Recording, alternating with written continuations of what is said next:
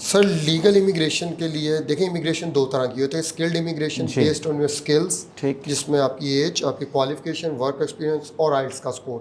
اب ہمارے میجورٹی پاکستانی جو ہے وہ ایج بیریئر وہ کراس کر گئے ہوتے ہیں, آئلٹس کرنا نہیں چاہتے یا کرتے ہیں تو بڑا ہی ویک ہوتا ہے. ایسے تمام لوگوں کے لیے سر جو پوری دنیا ویلکم کرتی ہے نا وہ ہے آپ کے انویسٹمنٹ پروگرامس. ٹھیک ہے. اب جس مرضی دنیا کے ملک میں انویسٹمنٹ پروگرام کی, اب دیکھیں فار ایگزامپل ہم لوگ مسٹر ٹرمپ, ڈونلڈ ٹرمپ کی بات کرتے ہیں کہ بڑے اگینسٹ ہے امیگرینٹس کے اور یہ وہ, لیکن انہوں نے بھی سب سے پہلے جو پروگرام لانچ کیا وہ تھا گولڈن کارڈ, کہ 5 ملین انویسٹ کریں اور سیدھا پاسپورٹ لے لیں.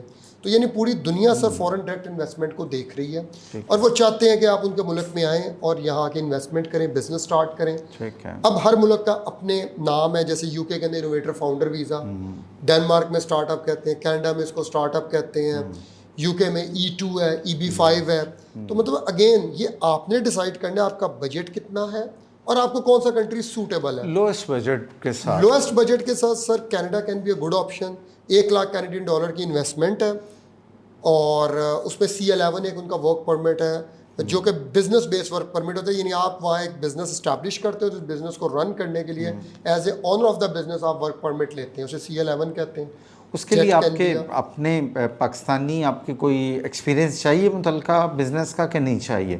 مطلب ایک جابر ہے اس کے پاس فنڈز موجود ہیں تو وہ اپلائی کر سکتا ہے؟ بالکل سر کر سکتا ہے. دیکھیں آپ اگر ایک کسی اور کا بزنس مینیج کر رہے ہیں, آپ ایک جاب کر رہے ہیں, ظاہری بات ہے 1 لاکھ ڈالر کی ہم بات کر رہے ہیں کینیڈین, تو یہ 2 کروڑ بنتا ہے. ٹھیک ہے. اب جس کے بعد 2 کروڑ انویسٹ کرنے کے لیے کچھ 3-4 کروڑ کی اس کی اور وہ بھی تو ہو گئے, ایسیٹس بھی ہوں گے. تو ہم بات کر رہے ہیں ایسے لوگوں کی جو ایک لیول سے اوپر کے ہیں. ٹھیک ہے. تو یہ وہ لوگ ہیں جو بیسکلی ملٹی نیشنل یا نیشنل آرگنائزیشنز چلا رہے ہوتے ہیں. ٹھیک ہے. تو یس دے کین ڈو دیٹ کیونکہ وہ تو آلریڈی ان کا ایکسپیرینس ہے. ٹھیک ہے, بالکل. دوسری بات یہ کہ اگر آپ پاکستان میں آلریڈی بزنس کریں تو آپ کا ویسے ہی بزنس کا ایکسپیرینس ہے. تو دونوں طرح کے لوگ ایلیجیبل ہیں یہ کرنے کے لیے. اچھا, آپ کہہ رہے ہیں کینیڈا کا اس وقت سب سے آسان ترین ہے اور ہمیں آوازیں مل رہی ہیں کہ کینیڈا کا ویزا ہی نہیں لگتا, پاکستانیوں کو ریفیوزلز آ رہی ہیں. اچھا, یہ بڑا مزیدار کویشچن ہے, آپ نے بڑا اچھا یہ کویشچن کر لیا.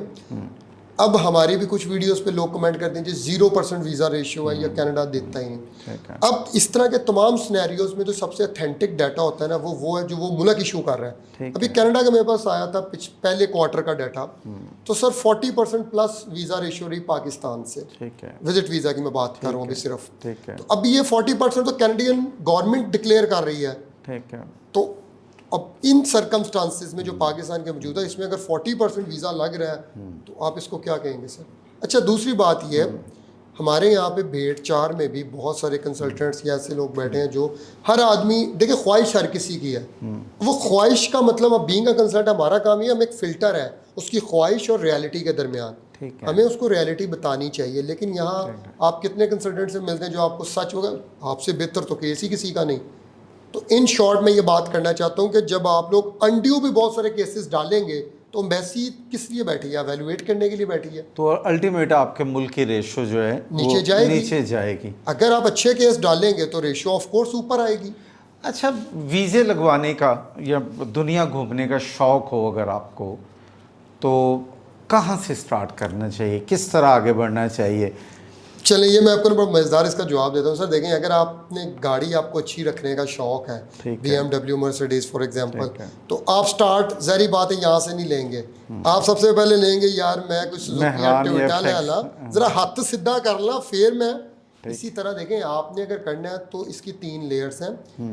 ایک لیئر وہ ہے جو پیڈ ویزاز ہیں, یعنی آپ نے ملیشیا ہو گیا, سنگاپور ہو گیا, تھائی لینڈ ہو گیا, پیسے دیں ایجنٹ کو, ایجنٹ سے مراد جو ٹریول ایجنٹ ہے وہ ویزا مل جاتا ہے آپ کو ڈراپ باکس, نہ کوئی ویزا ویلیویشن ہے نہ کچھ. تو ان کو تو میں مانتا ہی نہیں ویزا, پہلی بات یہ تو آپ نے پیسے دیے اور لے لیا. ایک ٹکٹ کرنا چاہیے سٹارٹ ان سے لینا نہیں لینا چاہیے, کوئی فائدہ نہیں. اچھا ٹھیک ہے. اس سے بہتر ہے آپ آئیں 3 کنٹریز کو ذہن میں رکھ لیں, ٹرکی, ساؤتھ افریقہ اور موروکو. یہ تینوں کنٹریز سر اتنا سخت ان کا یہ مطلب جیسے ٹرکی دیکھ لیں آپ یہ ایشیا میں ہی آ جاتا ہے, موروکو جو ہے وہ افریقہ میں آ جاتا ہے, بالکل یورپ کے ساتھ لگتا ہے. ساؤتھ افریقہ جو ہے وہ افریقہ میں لیکن ایک اچھی اس کی ایک ویزا رینکنگ ہے, بہتر ہے ذرا. اچھا, یہ تینوں کنٹریز ویزا دیتے ہیں ویلیویشن کے بعد, جہاں باقاعدہ آپ کی پراپر ڈاکومنٹیشن جمع ہوتی ہے. اب جب آپ ادھر سے اپنا سفر کا آغاز کرتے ہیں تو پہلے آپ نے یہاں کا لیا, پھر آپ دیکھیں شینجن, اور تھرڈ پھر آپ کینیڈا کی طرف آئیں, تو آپ کا یہ بڑا اسموتھ جرنی ہوتا ہے. آپ خود دنیا کے بے شمار ممالک میں گئے, جی